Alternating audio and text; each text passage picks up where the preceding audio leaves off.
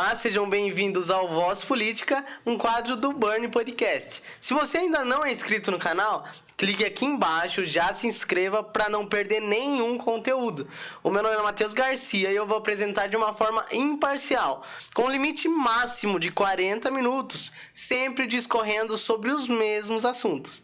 E hoje, o nosso convidado, ele é candidato a vereador daqui de Tietê, candidato professor Leandro. Seja bem-vindo. Muito obrigado, é um prazer estar aqui com vocês e poder falar um pouquinho, explanar um pouco dos meus projetos e propostas para a cidade de Tietê, né?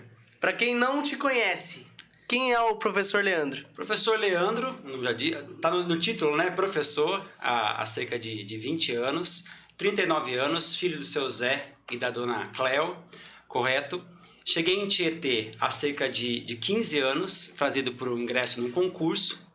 Me apaixonei pela cidade e acabei me mudando para cá, né? Além de trabalhar aqui, trabalho em Cerquilho e sou uma pessoa que fui sempre muito dedicada às políticas públicas, mas nunca quis me envolver na política partidária, né? Então fiz parte de diversos conselhos municipais de educação, tanto aqui quanto em outras cidades, né? Tive sempre engajado em ONGs e trabalhos sociais e com a maturidade que acredito que conquistei, resolvi entrar para a política, de fato, num cargo do legislativo, né, para trabalhar de forma efetiva na criação de projetos e leis que possam mudar de forma mais grandiosa, né, numa macroestrutura, pensando em cidade, mudar a realidade da população.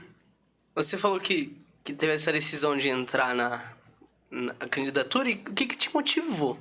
Na verdade, é o seguinte, como eu disse, sempre trabalhei voltado especificamente para a política pública. Então, participar dos Conselhos Municipais de Educação, do Fundeb, que são conselhos reguladores e fiscalizadores das verbas públicas destinadas à educação, despertou em mim esse interesse pelo estudo. Eu sempre fui professor universitário durante um bom tempo, sou especialista em legislação educacional, então trabalhar com a legislação, né, sou professor há 14 anos já de cursos preparatórios para concurso na área de legislação educacional. Então isso foi me desenvolvendo uma vontade de lidar mais com a legislação. E o legislativo trabalha com a legislação, mas também por observar carências no próprio município relacionadas à educação. Então a educação, de certa forma, me motivou a ir para a política, mas acredito que o trabalho tenho certeza absoluta que o trabalho do vereador é muito mais amplo do que isso. Então, quando eu entrei para a política, né, eu tive que tomar algumas decisões. E essas só puderam vir aos quase 40 anos, porque precisa de maturidade psicológica, maturidade emocional para estar firme nisso. Então, o ponto principal que me motivou a entrar nisso é ver as reais demandas e que não havia progresso ao longo do tempo em atender o que a comunidade precisa. Então, né? E também aconselhado para os amigos. Amigos também sempre, Leandro, por que você não entra na política? Vai para política, você tem um perfil, né? Então, o apoio dos colegas, da família, e foi uma decisão que me levou a isso. Candidato, e quais são as bandeiras que o senhor carrega? Né? Não tem como não ser educação inicialmente, e eu acho que tudo se entrelaça com a educação. Não tem como eu falar de educação e não falar de esporte, de cultura, certo? De lazer, não tem como eu não falar de saúde, pensando em educação. Então, a bandeira principal é a educação. E uma sociedade educada, muito bem educada, minimiza muitos problemas, né? Algumas problemáticas se dissolvem. Então, se eu tenho uma população educada para cuidar de si mesmo, para cuidar do próximo, eu tenho menos problemas de saúde, eu tenho menos problemas de mobilidade urbana, eu tenho a maior geração de emprego, porque tem uma mão de obra mais qualificada. Então, acho que a educação é a alma do meu projeto, né? E com o qual eu quero trabalhar incansavelmente, né? Para conquistar aí. Falando sobre ela, então, já? Sim. Quais são as suas propostas em relação à educação? Espero hoje, né, porque fala assim, Leandro, você fala bastante, né? Ser breve o suficiente para conter todas essas propostas em 40 minutos. Mas são uma série de propostas. Primeiro, a cidade sofre com baixos índices educacionais. Então, e isso me espanta, porque nós temos um orçamento bem alto para a educação.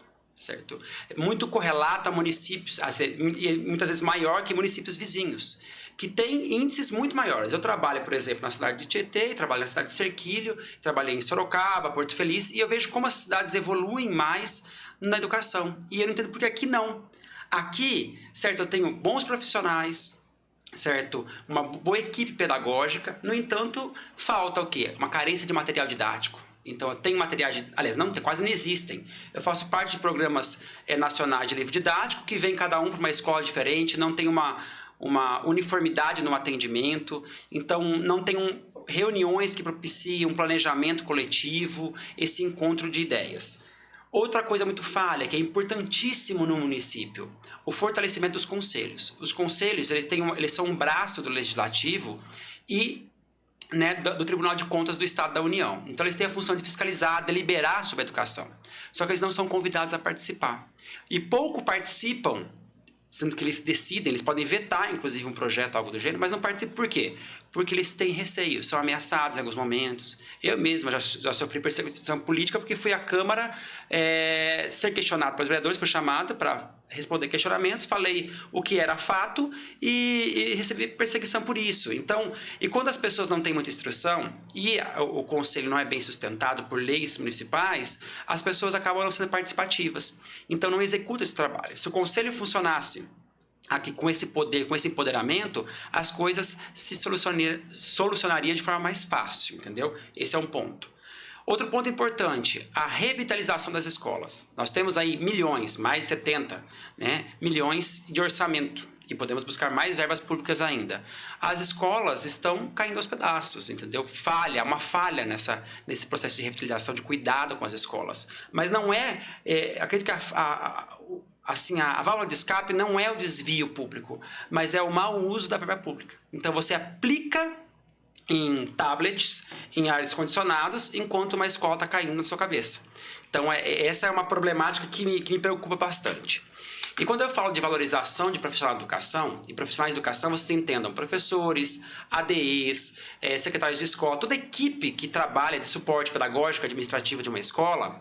Quando eu falo de valorização, eu não falo só da questão financeira, que é extremamente importante. Então, está dentro do meu projeto a criação de um plano de carreira digno para esses grupos específicos, mas também um ambiente saudável, para que eles possam exercer sua função, possam exercer sua profissão, um ambiente qualitativo para a educação. Um ambiente destituído de material didático de qualidade, destituído de uma estrutura física decente. Tem gente que fala assim, mas estrutura física não importa, não é isso que faz educação. Faz sim. Se você tem uma sala mais adequada, com um ambiente mais adequado, você vai ter sim um rendimento maior. Isso é comprovado cientificamente.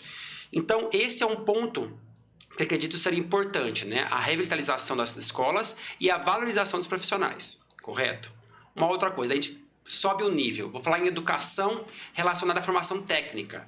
Não tem como eu falar de economia, e eu vi que um dos pontos que serão abordados aqui é a economia, Não tem como eu falar de economia sem mão de obra qualificada. E eu tenho amigos que são prefeitos e vice-prefeitos em outras cidades, menores do que Tietê, que já têm institutos federais, certo? Então, por que Tietê não ser contemplado? Será que alguém já foi em busca, junto a deputados estaduais, federais, conversar sobre isso, a possibilidade de trazer cursos técnicos de formação para esses jovens? Então, eu já pensei nisso. Eu tenho aqui a escola técnica que deve ser ampliada, que é a ETEC, e deve ser fomentada cada vez mais com parcerias público-privadas e públicas, mas eu também posso trazer novas possibilidades, porque quanto mais ampliar o horizonte de formação do jovem, mais mão de obra qualificada eu tenho e um fator ainda mais positivo para atrair novas empresas e expandir as que já existem, que muitas vezes buscam mão de obra fora do nosso município. Uma outra demanda muito importante é a desburocratização da educação.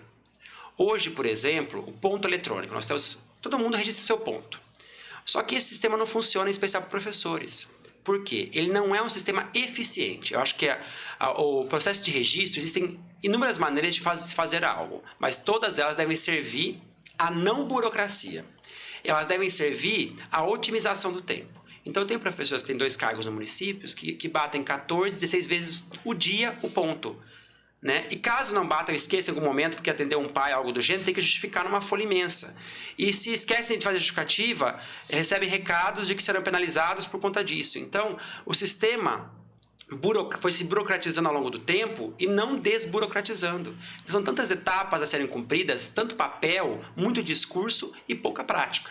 Então, esse é um ponto também que está bem saliente dentro da minha proposta voltada à educação, correto?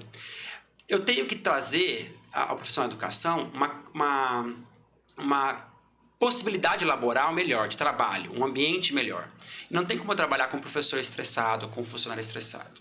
Então, eu acho que a volta das faltas abonadas, que seriam faltas programadas desse profissional, associadas a um sistema de assiduidade, porque não é só você dar um benefício, você tem que dar um benefício e associar isso a um esquema de assiduidade que possibilite a ele, certo, uma maior qualidade de trabalho, porque hoje os docentes eles não podem se ausentar um minuto da sala. Se eles se ausentam, eles são penalizados de alguma maneira com perda de pontos ou algo do gênero. Então a gente tem que implementar, não só para professores como outros profissionais, dentro das suas demandas e com as características específicas, um ambiente laboral qualitativo, que ele possa trabalhar com tranquilidade, ele não trabalhe com medo. Hoje as pessoas, eu acho muito interessante, então estamos na época política, eu acho que todos os profissionais, todos os prefeitos que marcassem uma reunião e candidatos a vereador deveriam ter as sessões cheias de pessoas. Por quê? Para que possam debater política. Mas hoje os profissionais não vão a essas reuniões debater política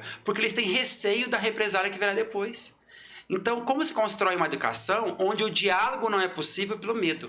Então, isso é algo que é importante para mim. Uma coisa que, conversando e vendo ao longo dos tempos, que é de suma importância, é o intercâmbio de secretarias. Entre secretarias. Por exemplo, a Secretaria de Cultura não conversa com a Secretaria de Lazer, que não conversa com a Secretaria de Esportes, que não conversa com a Educação. Como eu vou pensar em educação e não pensar nesses segmentos? O aluno fica 5 horas na escola, mas eu sei que para tirar esse jovem da vulnerabilidade social, eu preciso do quê? Eu preciso ofertar para ele novas possibilidades. E hoje eu não tenho como transformar todas as escolas em ensino integral. Isso demandaria muito investimento. É um projeto a longo prazo. Mas eu posso fazer parcerias com as secretarias já existentes e buscar verbas por meio de lei de incentivo ao esporte, lei de incentivo à cultura, pela PROAC e outros que fomentariam projetos, estabeleceriam essas parcerias e conseguiriam trabalhar em conjunto para construir uma educação, como pede a legislação, integral. Não só a educação acadêmica que está focada na educação escolar, na escola, mas para além disso, porque a gente sabe que o esporte, a cultura, são meios também de resgate dessas crianças e jovens, entendeu? Acho que é basicamente isso, porque o tempo é curto, né? Que eu queria falar. E quando eu falo dos conselhos, eu falo de fiscalização. Então, uma das funções básicas do vereador, e o povo se esquece, porque tudo é promessa de campanha, né? Até coloquei, acho que, não sei se foi o único vereador, parece que sim, que criou propostas para a campanha, mas coloquei propostas para além da campanha, porque não acaba na campanha. E um fator principal é fiscalizar. A função do legislativo é fiscalizar. Ele vai criar leis? Sim, mas não acredito que ele vai criar leis sozinho, porque toda lei que gera impacto orçamentário precisa da parceria do executivo. Então é um trabalho coletivo, não somos inimigos, somos colaboradores. E fazer uma crítica não quer dizer que eu seja contrário a você. O conflito, né? Eu venho da mediação judicial também há muito tempo, fui instrutor em mediação judicial, fui mediador. O conflito é extremamente necessário para o crescimento. O confronto é algo ruim, né? Mas o conflito é necessário para crescer. Então, esse conflito de ideias, esse diálogo, e não a polarização extrema, ela é importante para fazer progredir as coisas. Falei demais, né? Imagine, não. Fique tranquilo. Mudando um pouquinho de assunto, sim, falando sobre saúde e bem-estar do nosso município. O que você visualiza que a gente pode melhorar? Então, sobre isso, quando a gente não tem muita propriedade, a gente tem que buscar os mestres para falar sobre isso. Tá? Então, conversei com vários amigos médicos, secretários de saúde em outros municípios e no meu partido, né, que eu faço parte do grupo do Júnior Regonha, com o Dr. Luiz Grolon, temos o Dr. Luiz Grolon, que é médico. E conseguiu analisar ao longo desse tempo, que foi médico e vereador ao longo dos anos, as reais demandas. E eu fui buscar trabalhar em cima dessas demandas. O primeiro ponto, então, presente na minha proposta, que está lá disponível no Instagram, que depois colocaremos aí ao final, né? Nós temos o quê? O estreitamento dos laços entre Santa Casa e prefeitura. Mas quando eu falo isso, esse estreitamento, ele vai além da verba pública. É de possibilitar formação de profissionais, formação de equipe técnica. Até eu estava comentando aqui no anterior, né, a entrevista, que é muito importante, falta em Tietê, em muitas cidades, equipes técnicas para a elaboração de projetos. Então, hoje, existem muitos programas nacionais, existem muitas verbas que podem ser destinadas, mas não são destinadas porque não são apresentados projetos qualitativos com elaboração técnica que permitam esse direcionamento. Então, hoje, não tem como falar em saúde Santa Casa, que não é de competência extrema do município, há uma parceria, há essa complementação da verba, mas não é de competência exclusiva do município. O município trabalha com as unidades básicas de saúde, né, essencialmente, e busca junto da casa fazer parcerias para poder atender os seus munícipes. Mas, e falar em emendas parlamentares, não tem como não falar, certo? Não tem como não buscar. Então, o vereador que pretende ser vereador em Tietê, ele tem que saber que ele vai ter que sair de Tietê para ir para a Lesp, ele vai ter que sair de Tietê para ir para Brasília, e vai ter que sair, migrar cidades, onde tiver um churrasco com o deputado, ele vai ter que estar, entendeu? Para fazer coligação, e não só o deputado do seu partido, mas todos aqueles que de alguma forma podem beneficiar. Essa questão de ficar ligada a um partido e eu não posso fazer nada além disso, isso nos estreita muitos laços, porque a política pública se faz por um coletivo. Eu vou ter lá 11 candidatos na próxima eleição. Não tem como eu ter os 11 do meu partido. Então serão de outros partidos. Eu tenho que aprender a dialogar com essas pessoas. Esse é um ponto importante nessa elaboração. Buscar parcerias. Hoje existe. Nós temos a Unesp, que é muito próxima daqui, de Botucatu. Nós temos a USP, que também a proximidade é grande. Unicamp. Aqui temos polos em Piracicaba. Buscar parcerias com instituições renomadas que possam possibilitar, de forma gratuita, a formação técnica. Uma coisa que os municípios não fazem, parece que é uma coisa de ego, mas intercâmbio entre cidades. Então, se a cidade vizinha, se Sorocaba tem um bom projeto para a saúde, por que eu não posso fazer um intercâmbio com a Secretaria de Sorocaba para trocar ideias e ver quais os caminhos eles utilizaram para obter melhor resultado, né? Esse é um ponto importante. E fiscalização. Fiscalização das unidades básicas de saúde, dos serviços que são prestados, né, que são importantíssimos. Hoje, a Santa Casa sofre com a carência de pediatra, né, de atendimento pediátrico de urgência e emergência.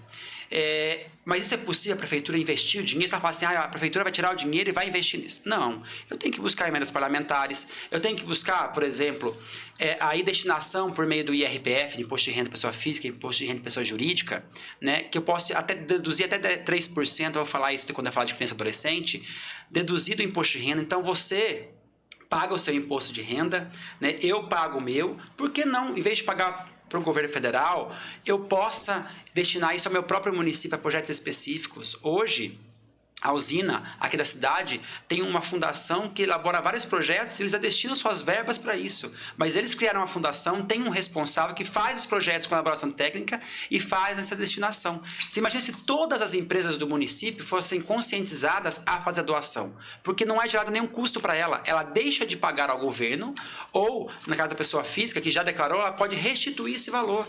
Então, ela não vai ter um custo a mais ao doar para o município, ao Fundo Municipal do Idoso, ao Fundo Municipal da Criança e Adolescente. Então, acho que trabalhar com essas verbas que vêm de fora, porque querer que só o município faça isso é muito difícil, né?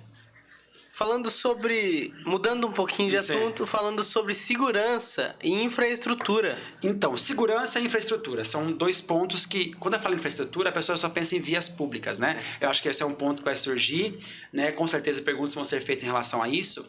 Mas, quando eu falo em vias públicas, eu tenho o quê? Ministério das Cidades. Como eu consigo asfalto para o município? Com a destinação que não pode ser grandiosa, porque tudo é muito tarimbado dentro do município, né, para o asfaltamento das vias públicas, mas também novamente, a busca de verbas por emendas parlamentares, por programas de mobilidade urbana, que também envolve esse processo de pavimentação das ruas. Então, o compromisso as pessoas terão de que o Leandro, enquanto vereador, o professor Leandro, ele vai buscar esses meios, esses recursos, usar os conhecimentos que ele já tem dentro do legislativo estadual e federal para conseguir essas verbas, para que a gente possa fomentar aí esse processo de revitalização da cidade. E falar de infraestrutura é falar de saneamento básico, né? Saneamento básico. Hoje a gente sofre com a qualidade da água. Apesar de termos poços artesianos que já trazem uma água de maior qualidade, essa água também precisa ser tratada. Mas o sistema de coleta de esgoto é muito deficiente. E nós temos um grande trunfo na nossa cidade, que é o quê? O Rio Tietê. Nós fazemos parte da bacia do Rio Tietê.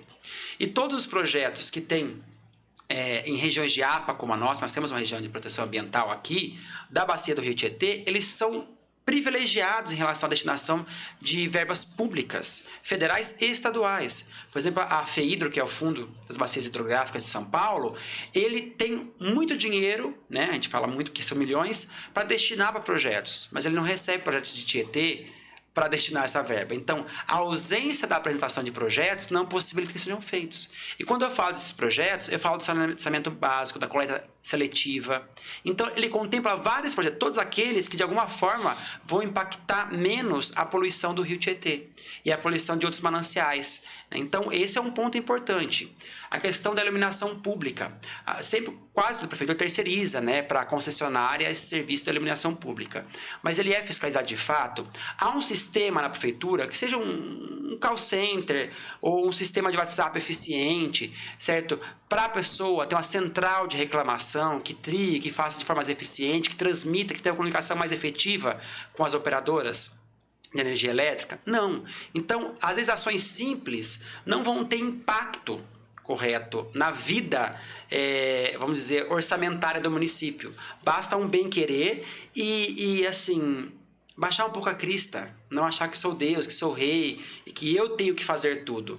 A beleza da administração pública é você ter a capacidade de delegar funções. Né? Quando eu quero monopolizar e trazer tudo para mim e ser o resolutor de tudo, eu não vou dar conta de nada. Esse é um ponto que é importantíssimo. Segurança pública. Segurança pública eu acho que é uma problemática em muitos municípios. Né? O nosso município, tanto a segurança quanto a saúde, né, e vai ser uma fala recorrente da valorização desses profissionais.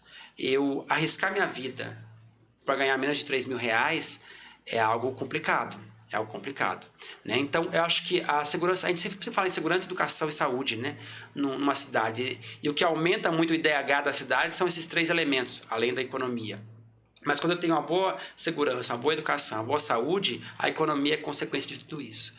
Então, hoje, o que nós precisamos... Novamente, a busca de emendas parlamentares, a busca de elaboração de projetos, criação que não existe, até onde eu soube, se estiver equivocado, me corrijam. Hoje, foi criado há pouco tempo o Conselho Municipal de Segurança Pública, mas não tem um Fundo Municipal de Segurança Pública, que é vital para quando eu vou buscar verbas de programas específicos para as seguranças públicas. Tem programas nacionais de gestão da segurança pública que oferecem cursos, formação, fala-se muito, né, da instrução dos guardas municipais, mas isso é muito caro. Então, se eu tenho instituições parceiras que possam fazer isso, se eu tenho destinação de verba específica, de emendas parlamentares, e é possível. O município de Itatiba, se muito me engano, há pouco tempo, por meio de emenda parlamentar, conseguiu 480 mil para poder adquirir novos instrumentos para trabalho desses funcionários. Mas, para além disso, é a organização, é a gestão pública. Se não tem uma gestão pública eficiente, as coisas não acontecem de fato. Então, eu tenho muito dinheiro, mas eu tenho que destinar esse dinheiro de forma mais assertiva, né? Falando sobre economia, que você até citou um pouquinho sobre, sim. Quais são as propostas em relação à economia e cultura? Economia e cultura, vamos lá, vamos pensar então, arte, lazer, cultura e economia. Perfeito. Eu acho que estão aí todas muito interligadas. Cultura, basta querer, basta construir equipe técnica. Nós temos a Lei Rouanet, nós temos o PROAC e muitos meios para conquistar, porque a gente acha que tudo está no poder público municipal, né? Que tudo a gente tem que ir para a prefeitura tentar conseguir o dinheiro. A prefeitura também não consegue fazer milagre, porque tudo depende da arrecadação. Mas ela pode fazer milagre à medida que o executivo e o legislativo se unem, junto a outras organizações, e vão buscar novas verbas. Então, hoje, todas as empresas aí podem destinar parte da sua verba para a Lei Rouanet. Certo? Então, se o município, se eu crio uma associação, fomento a criação de uma associação entre artistas da cidade, e esses artistas conseguem elaborar um projeto e apresentar, muito possivelmente eu possa contemplar esse projeto e executá-lo no município. Então, falar de cultura também é falar de economia, né? Que é uma parte. E uma cidade mais viva, ela consegue fazer com que as coisas progridam muito melhor. Então, eu tenho aí a Lei Rouanet, eu tenho o PROAC, eu tenho muitos outros programas existentes que facilitariam esse processo de ganho, né, para o município na área cultural. E a cultura é muito ligada à economia. Por exemplo, hoje eu tenho muitos artesãos. Eu conheci no município, muitos municípios têm centrais de artesãos. Então, a prefeitura buscou um espaço, certo? Ela cedeu esse espaço, que às vezes existia, já pertence à prefeitura, e lá montaram uma central de artesãos. Os artesãos, que a gente pensava assim, a prefeitura tem que ser assistencialista o tempo todo. Não, as pessoas também querem trabalhar e ter seu espaço. Então, os artesãos todos constroem a sua arte, coloca nessa central e eles se revezam para cuidar da central. Então, cada dia um trabalha, um consegue. Isso acontece também com feiras de orgânicos. Eles vão fazendo esse revezamento, eles têm um controle de caixa, sabem o que entra e o que sai.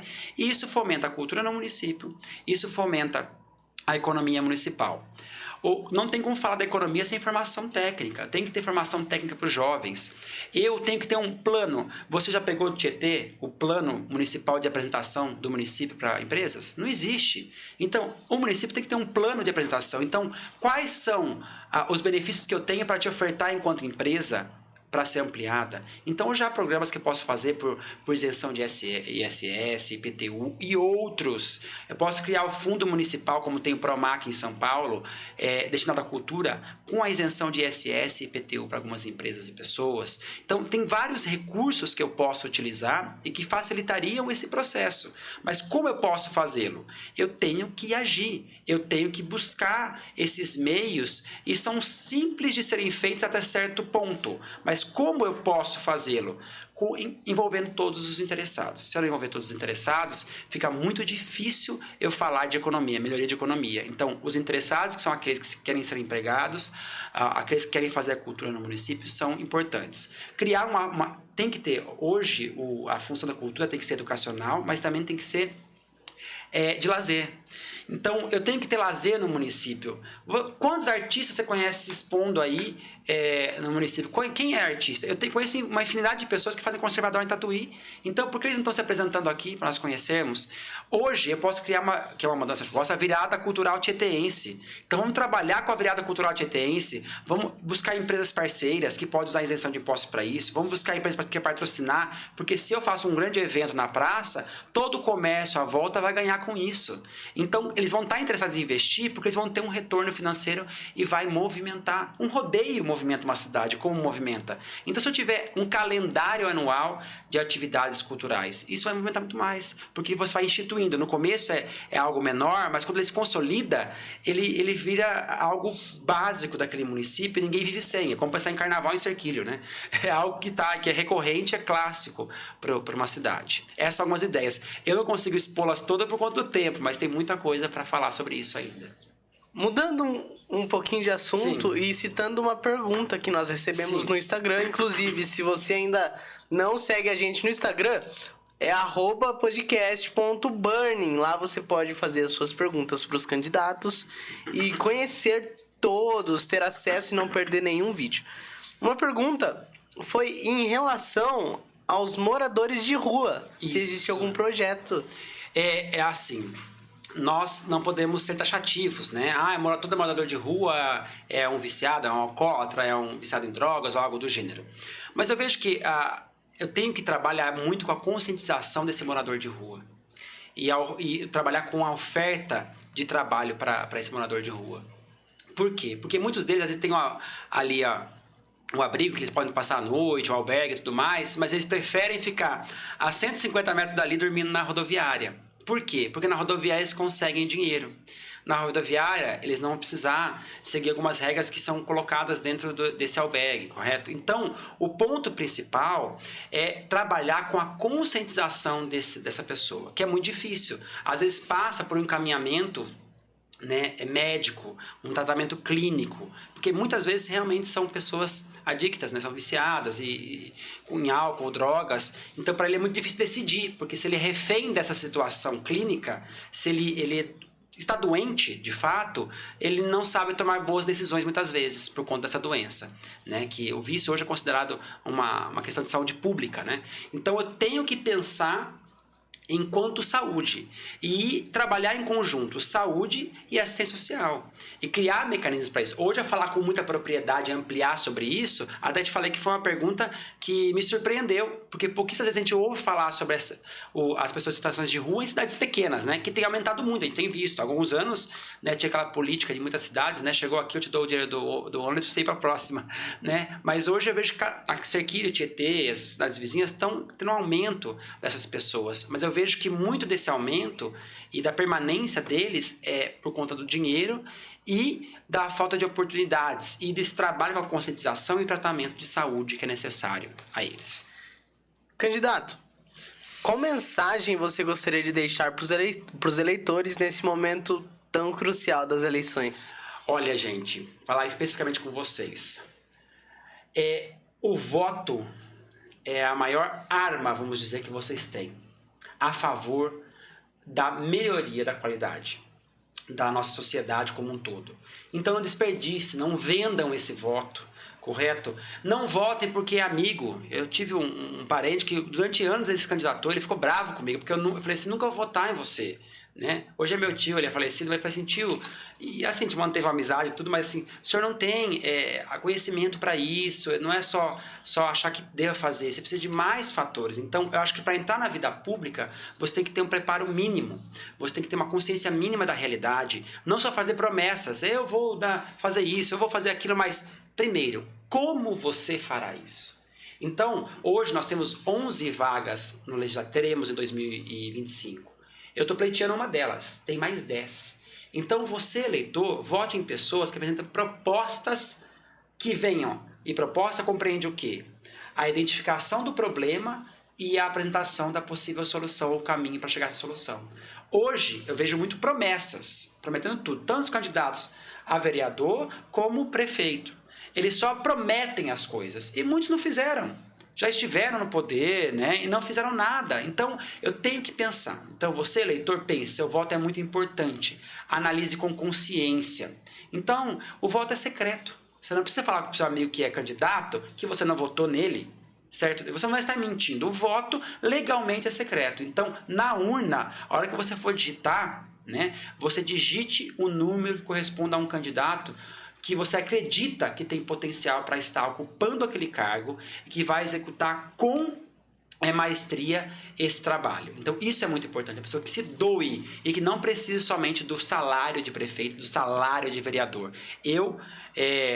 Todo mundo precisa do seu dinheiro, mas eu não estou indo para lá por conta do dinheiro. Né? Sou professor, sou funcionário público, tenho 2 cargos públicos, tenho os meus cursos, então, mas tem que ter esse querer para a mudança pública. Todo mundo vai precisar sim do dinheiro para subsistência, mas não deve ser esse ponto principal. Então, a política não é uma válvula de escape. A política é uma ação de mudança social. Ótimo. E nesse momento você tenha um tempo para fazer as considerações finais, caso você queira deixar suas redes sociais, falar também o seu número para quem quiser votar. Sim. Então, primeiramente, nós temos 40 minutos, né? E, como eu disse, eu falaria bastante, né?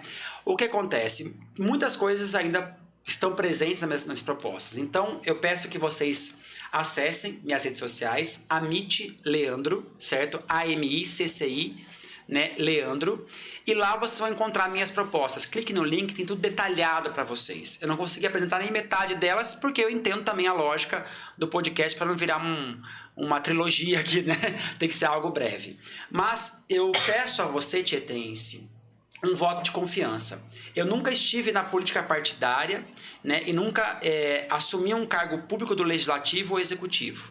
Mas sempre trabalhei voltado às políticas públicas, junto aos professores, buscando conquistas maravilhosas ao longo desse período. Quem me conhece sabe disso, o quanto eu lutei por isso. Então eu falo com você, professor, você ADE, você funcionário da Secretaria de Educação, correto? E toda a população que me possibilitem essa oportunidade de buscar da melhor forma possível criar boas políticas públicas e ajudar no progresso do município. Então, se desejam, né, me ter como candidato, né, neste município, vote 22123, professor Leandro Amit. Muito obrigado. Muito obrigado, candidato, pela participação. Eu que agradeço imensamente esse espaço, né, que pouco é criado nos municípios para que a gente possa expor nossas ideias e falar um pouquinho mais, debater coisas interessantes, né? Isso é muito importante para a gente. Eu agradeço a oportunidade do Burncast para nos proporcionar isso. Foi muito importante. Muito obrigado também você que ficou até o final.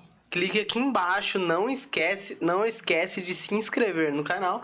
Curta, compartilhe, ative o sininho para não perder nenhum candidato. E sempre conhecer todos os candidatos. Mais uma vez, muito obrigado, Eu candidato. que agradeço. Um grande abraço e fiquem com Deus. Até o próximo Voz Política.